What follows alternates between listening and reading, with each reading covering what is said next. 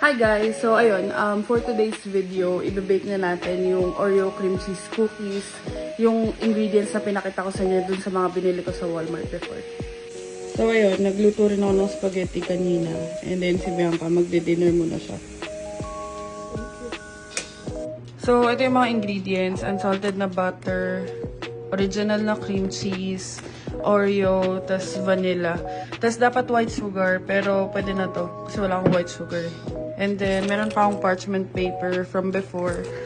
Tapos, yung handheld mixer ko. And then, ito, measuring cup.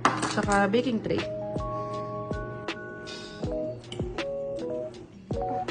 Okay ka naman.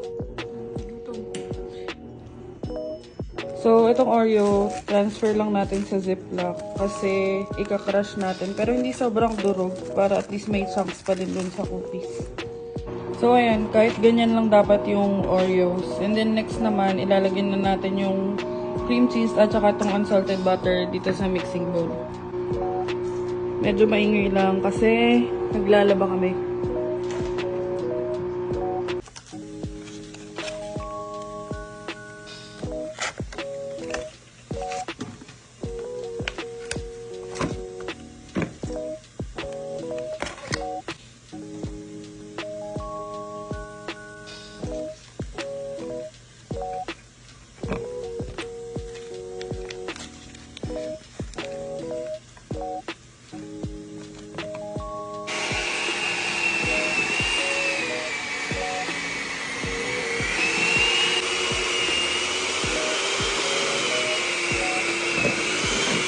So ayun guys, dapat pala room temperature yung butter kasi matigas.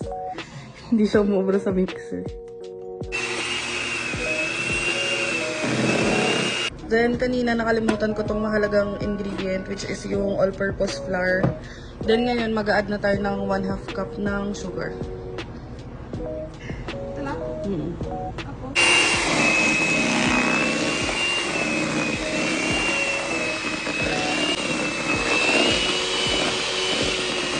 Then ayun, pagka-mix nung sugar, ito naman, dalawang 1/2 ng vanilla.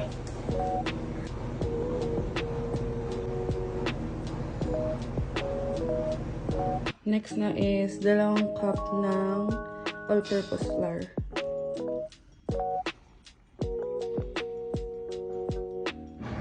Tapos pag okay na yung batter nyo, time to add the Oreo.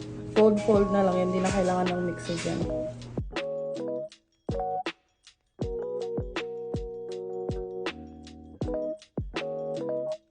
Yan guys, i-cling wrap nyo muna siya, tapos freeze muna for 30 minutes. So habang inaantay natin yung dough dun sa ref ng 30 minutes, ipi-preheat na natin yung oven ng 350 Fahrenheit.